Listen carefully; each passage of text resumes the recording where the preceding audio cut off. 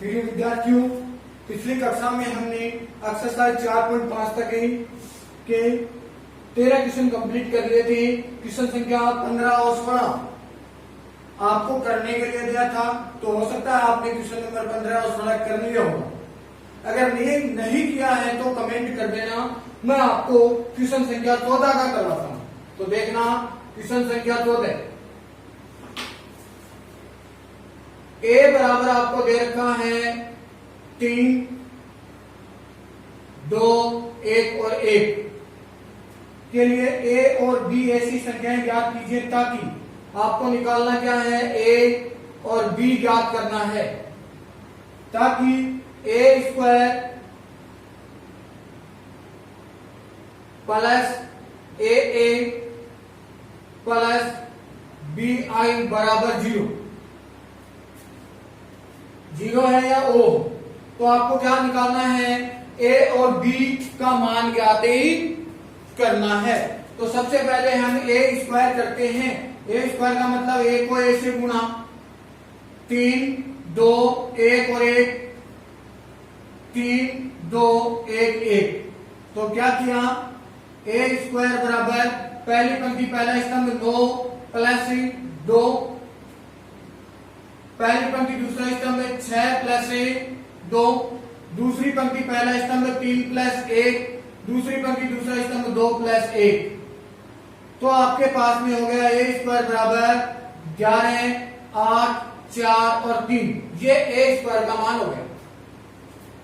अब देखना, आपसे पूछा गया है कि a square plus a plus b i बराबर हो गया 0।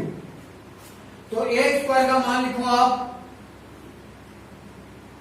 11, 8, 4, 3 प्लस ए इंटू ए का मान है 3, 2, 1, 1 प्लस बी इंटू आई का मान हो गया 1, 0, 0, 1 बराबर ओ। मतलब 0, 0, 0, 0 कर देता हूं। यहां तक ठीक हो गई बात।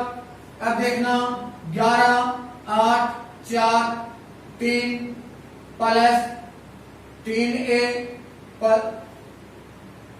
2a 1 और 1 प्लस b 0, 0 b बराबर आपके पास में क्या हो गया, 0, 0, 0, 0। अब ध्यान देना, क्या हुआ आपके पास में 11 प्लस 3a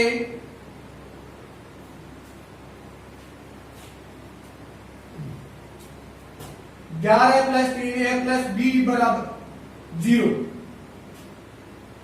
और 1 आपके पास में हो गया 4 प्लस a प्लस 0 बराबर 0 और 1 आपके पास में ऐसे ही बन सकता है 3 प्लस a प्लस b बराबर 0। कैसे भी कर सकते हो आप। यहां से ध्यान देना, 4 प्लस a बराबर 0 लिखा तो a बराबर आपका कितना हो गया, माइनस का 4। a बराबर क्या हुआ, माइनस का 4। अब देखना a का मान, ये इक्वेशन नंबर 1, ये 2 नंबर और ये 3 नंबर। a का मान आप समीकरण नंबर 3 में रखो। a का मान समीकरण 3 में रखने पर, तो 3 देखो, 3 प्लस a प्लस b बराबर हो गया 0, 3 माइनस 4 प्लस b बराबर हो गया 0, माइनस 1 प्लस b बराबर 0 और b बराबर आपका क्या हुआ, 1। तो b का मान तो आपके पास में कितना आ गया, 1 और a का मान कितना हो गया, माइनस का 4।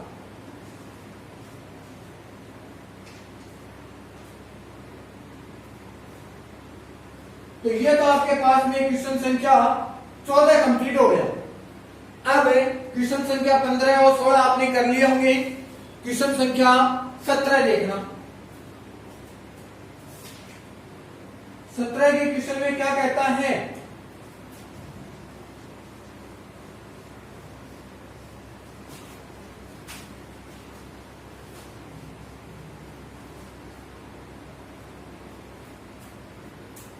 क्वेश्चन संख्या 17 कहता है कि यदि a क्या है, 3 गुणा 3 कोटि का एक वर्ग आयु है, तो एट जॉइंट ए 3 गुणा 3 कोटि का वर्ग आयु है।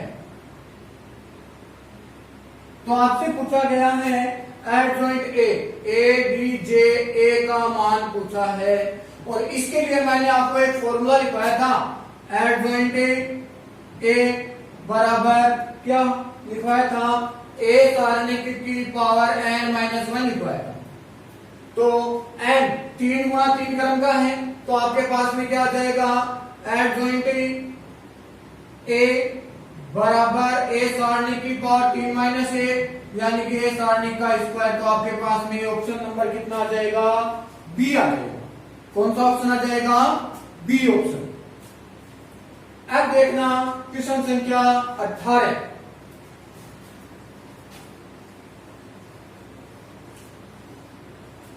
के क्वेश्चन में आपको क्या कहता है, यदि ए कोटि 2 का व्युत्क्रम आयु है 2 का व्युत्क्रम आयु है, तो डेट ए इनवर्स का मान पूछा है। डीईटी डेट ए इनवर्स किसके बराबर होगा, ये पूछा है। अब देखो मैंने आपको एक फॉर्मूला लिखवाया था, क्या, ए इंटू ए इनवर्स बराबर ए इनवर्स इंटू ए बराबर होता है आई, ये लिखवाया था। तो देखो a इंटू ए इनवर्स बराबर आप आई ले सकते हो। तो दोनों पक्षों में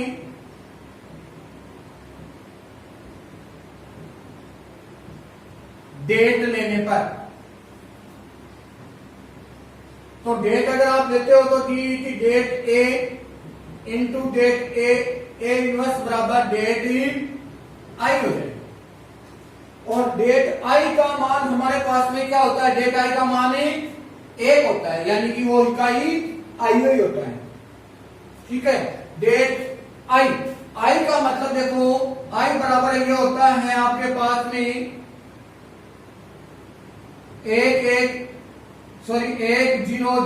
1 और डेट का मतलब ये सारणिक है, तो इस सारणिक का मान 1 माइनस 0 क्या हुआ, 1 होता है।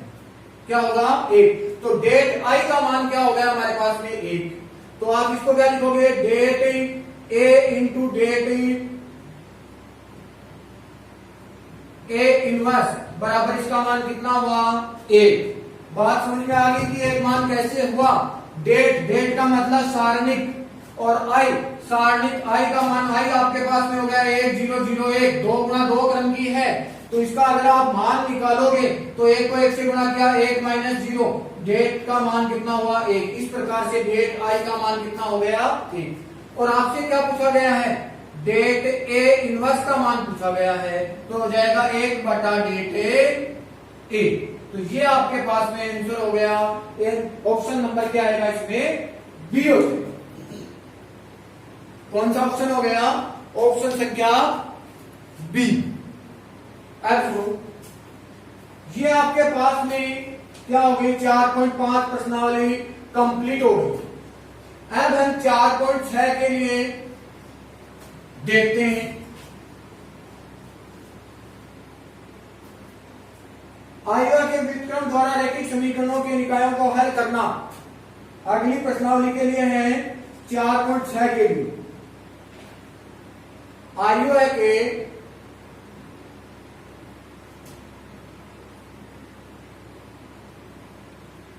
के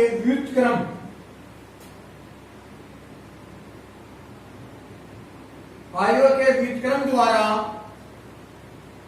समीकरणों के निकायों का हल। समीकरणों के निकायों का हल। आयु के व्युत्क्रम द्वारा समीकरणों के निकायों का हल।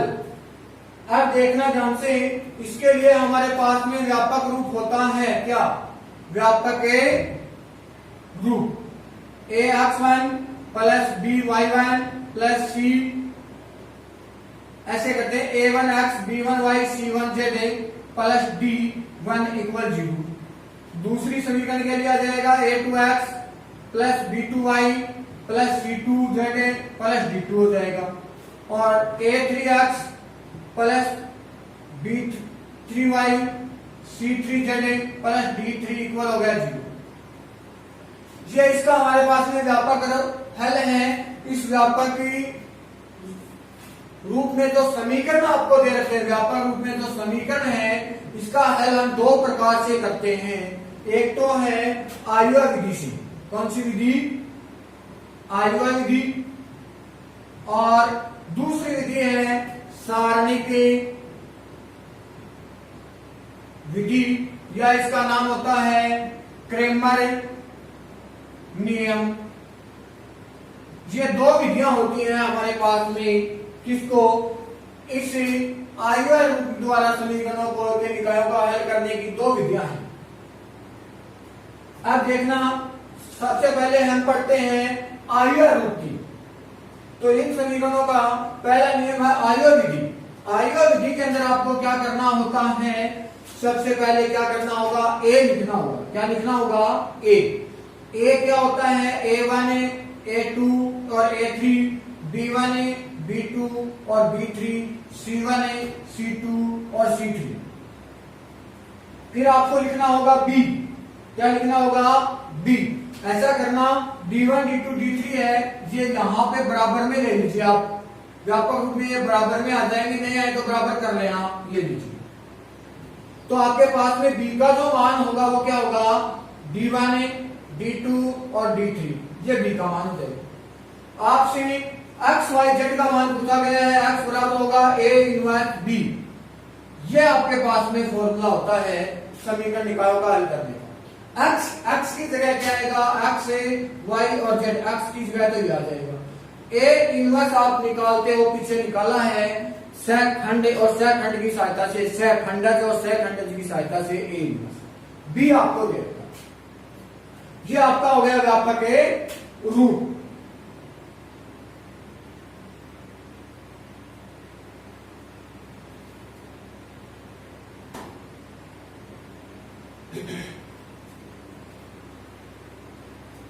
अब देखना एग्जाम्पल संख्या 27।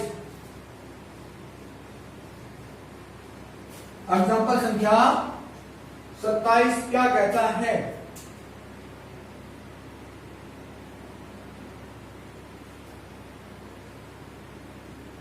कहता है संयुक्त के समीकरण निकाल के हल कीजिए। 2x प्लस 5y बराबर 1, 3x प्लस 2y बराबर 7।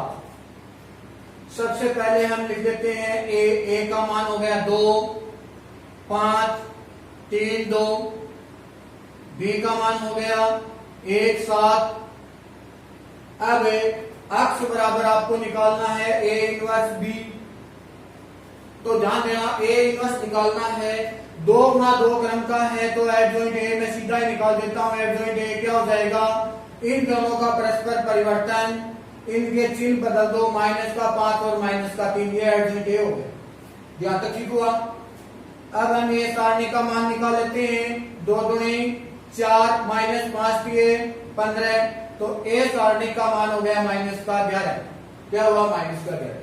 तो a इनवर्स बराबर फॉर्मूला हो गया 1/a सारणी एडजॉइंट a। तो a इनवर्स बराबर 1/a सारणी का मान हो गया माइनस का 11। एडजॉइंट a कितना है? 2, माइनस 5, माइनस 3, 2। तो ये आपके पास में क्या निकल गया? a inverse. आपसे मान किसका पूछा गया है? x का। तो x बराबर फॉर्मूला होगा a inverse b। a inverse की जगह माइनस 1/11, 2, माइनस 5, माइनस 3, 2। b का मान क्या हो गया? 1 और 7। तो x बराबर क्या हुआ आपका? माइनस 1/11। गुणा कर दीजिए आप। पहली पंक्ति पहला स्तंभ 2 माइनस 35, दूसरी पंक्ति पहला स्तंभ माइनस 3 प्लस 7 दूनी 14। तो x बराबर हो गया माइनस 1/11, माइनस 33 और ये 11। यहां तक ठीक हो गई बात। तो आपने क्या लिखा? x बराबर माइनस 1/11 को आप अंदर ले जाओ तो क्या हो जाएगा? 11 क्या 33 3 और माइनस का 1, माइनस का 1। और x का मान हमारे पास में क्या है, x और y बराबर 3 माइनस 1। तो x बराबर तो कितना हो गया 3, y बराबर हो गया -1। ये आपके पास में कौन सी विधि हो गई, आर्यर विधि से समीकरण निकायों का हल करना। कौन सी विधि से किया हमने, आर्यर विधि से हल किया है। अब देखना एग्जांपल नंबर 28।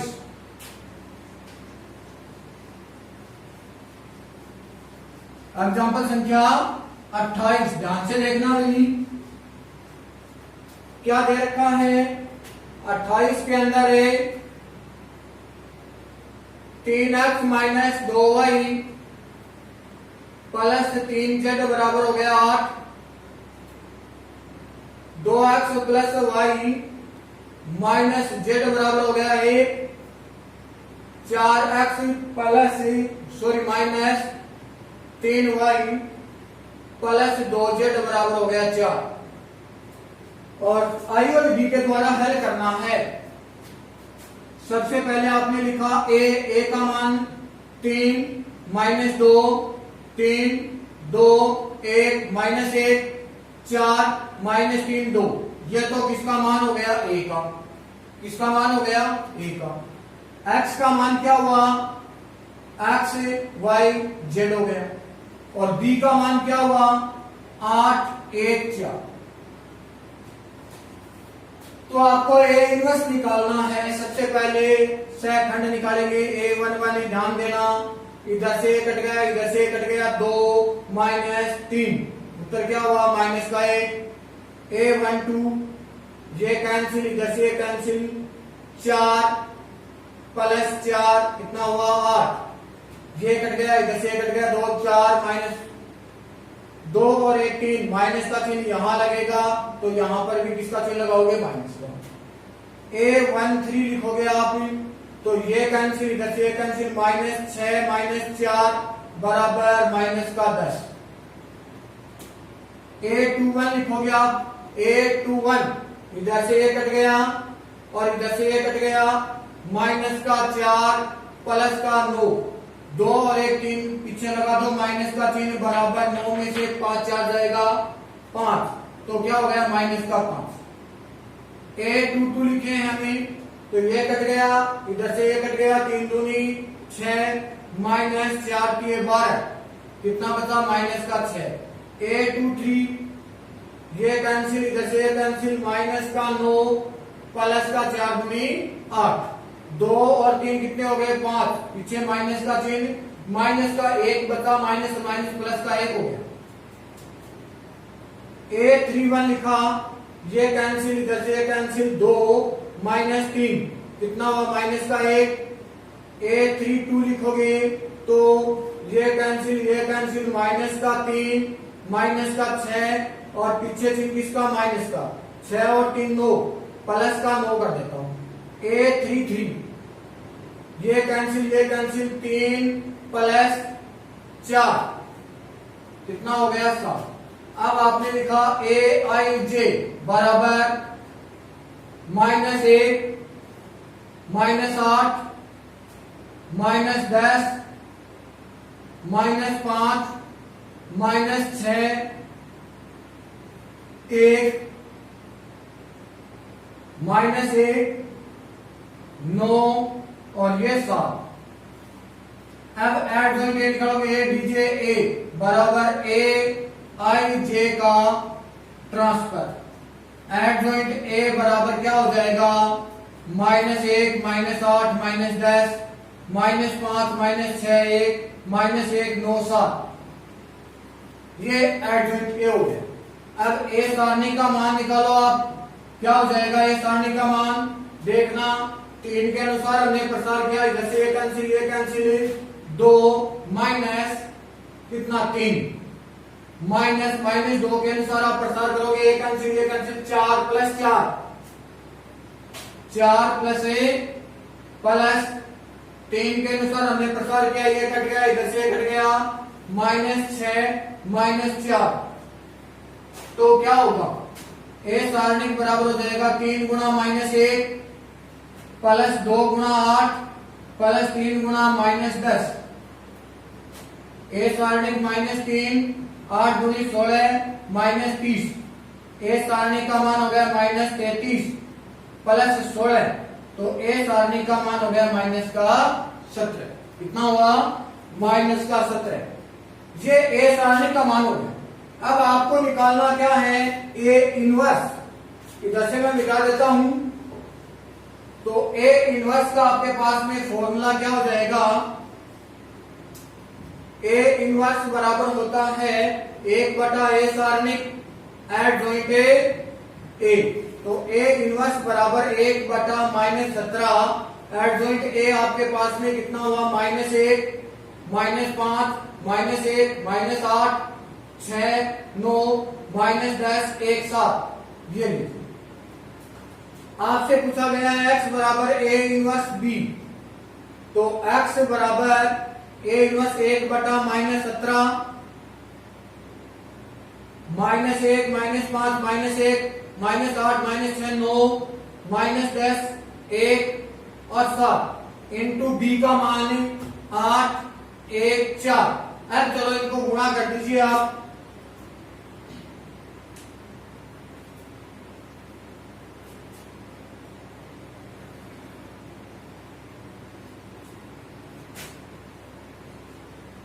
इधर वाला मैं मिटा देता हूं एक बार।